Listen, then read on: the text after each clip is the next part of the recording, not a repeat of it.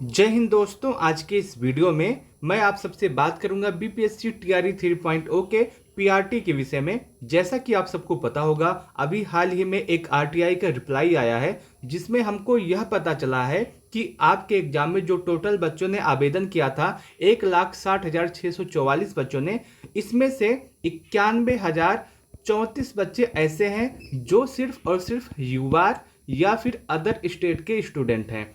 अगर ऐसा है तो अब सभी बच्चों के मन में सबसे बड़ा सवाल ये आ रहा है कि अब आपका कट ऑफ क्या होगा। क्या यूआर का कट ऑफ अब इस बार सबसे अधिक जाने वाला है, और जो अदर स्टूडेंट हैं, जो अदर कैटेगरी के स्टूडेंट हैं, उनका कट ऑफ कितना कम जाएगा। आज के इस वीडियो में मैं आप सबसे इन सभी टॉपिक के विषय में बात करूंगा और आपके मन में जितने भी सवाल रह गए हैं इस समय पीआरटी को लेकर के, उन सभी सवालों के जवाब देने का प्रयास करूंगा। तो मैं उम्मीद करता हूं कि आप सभी लोग इस वीडियो को लास्ट तक अवश्य देखेंगे। दोस्तों, यदि आपको यह वीडियो अच्छा लगे तो आप इस वीडियो को लाइक कर सकते हैं, अपने दोस्तों के साथ इस वीडियो को शेयर अवश्य कीजिएगा। जैसा कि आप सबको पता होगा, इस बार पीआरटी में 28,026 पदों पे आपकी वैकेंसी आई थी और इसमें जो टोटल बच्चों ने आवेदन किया था उनकी संख्या 1,60,644 थी। और जो 28,026 पदों पे आपकी वैकेंसी आई थी, इसमें से 11,861 कैंडिडेट मेल हैं और 9,910 जो है फीमेल पदों पे आपकी वैकेंसी आई है। अब जो आपका सबसे बड़ा सवाल इस समय आया है कि इसमें से जो आपकी टोटल वैकेंसी आई है 1,60,644, इसमें से 91,034 बच्चे जो हैं वो युवा और अदर स्टेट के कैंडिडेट को मिला करके हैं, और जो बाकी बच्चे हैं जो कि आपका 69,610, ये आपके सभी कैटेगरी के बच्चे इसमें शामिल हैं। अगर हम देखें उसके बाद तो जो आपके टोटल बच्चों ने आवेदन किया था 1,60,644, इसमें से सभी बच्चों ने एग्जाम नहीं दिया है।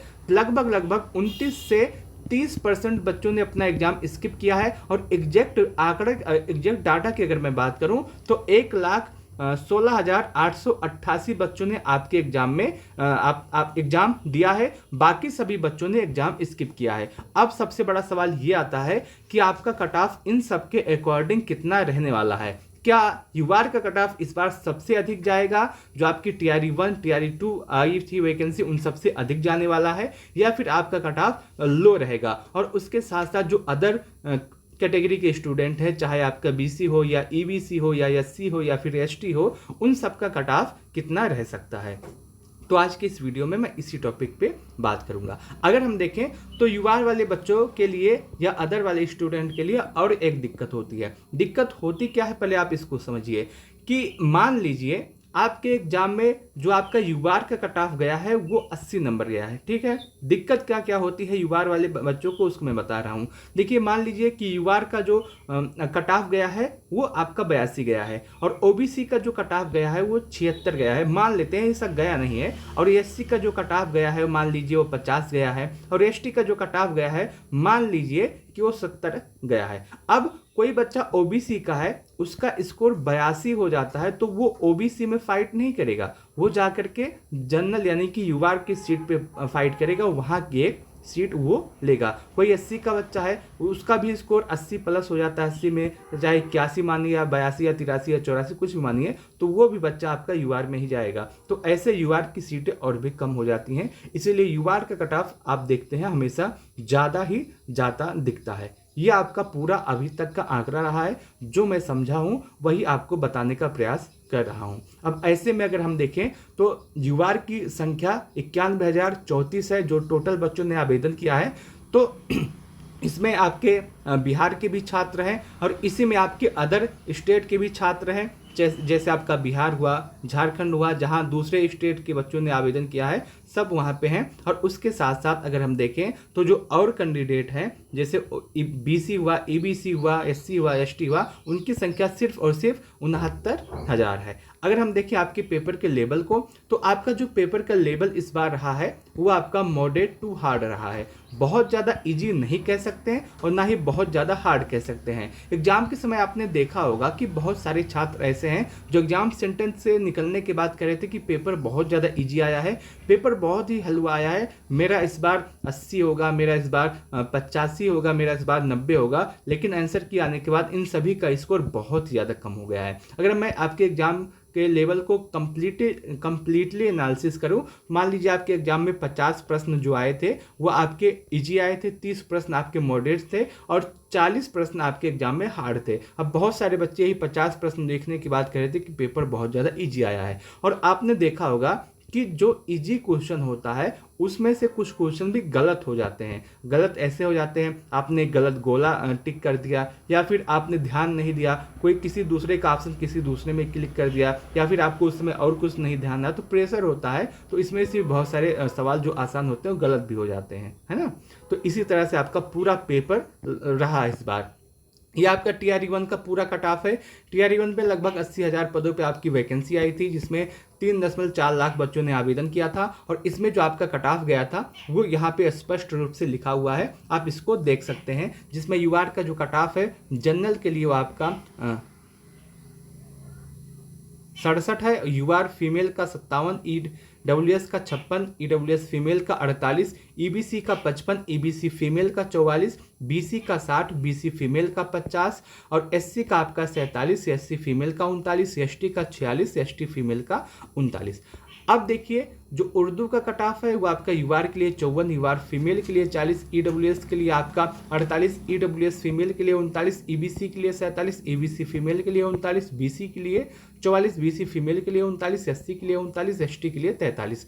ये आपका जो है उर्दू सब्जेक्ट से कट ऑफ है। अगर हम देखें इस बार का जो आपका कट ऑफ होगा वो इससे अधिक जाएगा, इससे अधिक जाएगा, लेकिन जो आपका TRE 2 हुआ है उससे कम रहेगा। TRE 2 में आपका जो कट ऑफ गया था वो UR के लिए 89, UR फीमेल के लिए भी 89 गया था, और तो उससे तो इस बार कम रहेगा, लेकिन जो TRE 1 आया था उससे इस बार कट ऑफ आपका अधिक रहेगा। तो आपका कट ऑफ थोड़ा सा इससे अधिक जाएगा, इतना नहीं रहेगा, इससे ज़्यादा जाने वाला है। अभी हम बात करेंगे आपका कट ऑफ कैटेगरी वाइज कितना जाएगा, अभी आप थोड़ा सा इंतजार कर सकते हैं उसके लिए। और उसके साथ साथ अगर हम TRE 2 पे कंप्लीट एनालिसिस करें तो उसमें आपकी 9,100 पदों पे वैकेंसी आई थी, और उसमें जो रिजल्ट जारी किया गया 3,100 बच्चों का रिजल्ट जारी किया गया था, बाकी 6,000 बच्चों का रिजल्ट नहीं आया था। और मैं आपको एक बात और बता दूं कि अगर आप सबको ज़्यादा से ज़्यादा बच्चों का सिलेक्शन लेना है, जिनका थोड़ा सा कम स्कोर है उनको भी सिलेक्शन लेना है,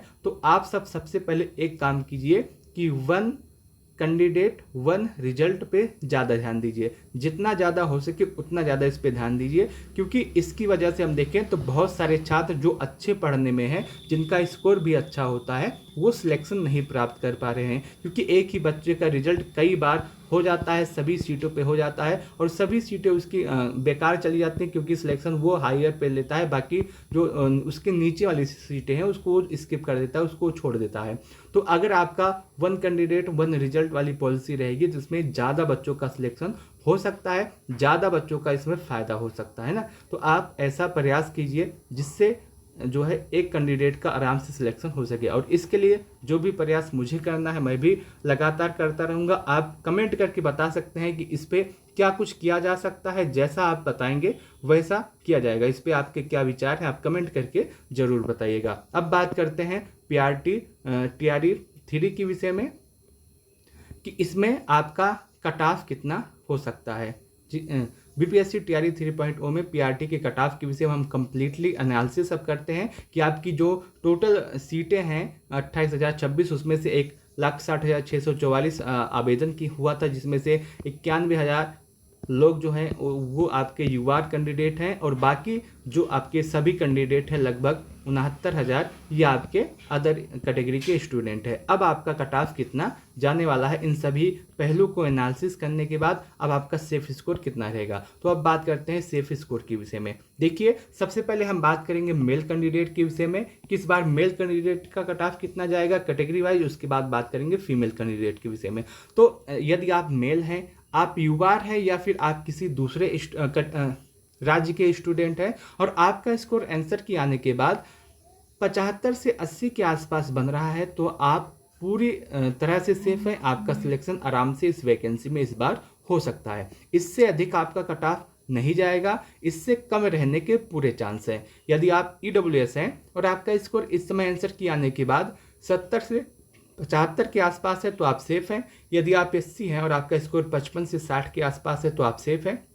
यदि आप EBC हैं और आपका स्कोर 60 से 65 के आसपास है तो आप सेफ है। यदि आप BC हैं और आपका स्कोर 65 से 70 के आसपास है तो आप सेफ है। वही यदि आप ST हैं और आपका स्कोर 50 से 55 के आसपास है तो आप सेफ है। इस बार मेल कैंडिडेट का कट ऑफ इसी के आसपास जाने वाला है PRT का, और यदि आपका स्कोर आंसर की आने के बाद इतना है तो आप अपने आप को 100% सेफ मान सकते हैं, कितने में आपका सिलेक्शन अवश्य हो जाएगा। फीमेल कैंडिडेट की बात करें तो यदि आप UR हैं और आपका स्कोर 70 से 75 के आसपास है तो आप सेफ हैं।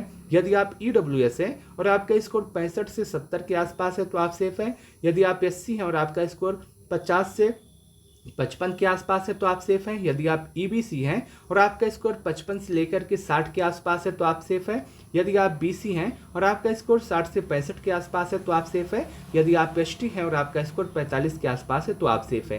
फीमेल कैंडिडेट का कट ऑफ आपका इसी के आसपास जाने वाला है, और यदि आपका स्कोर इतना है तो आप 100% सेफ रहने वाले हैं इस बार।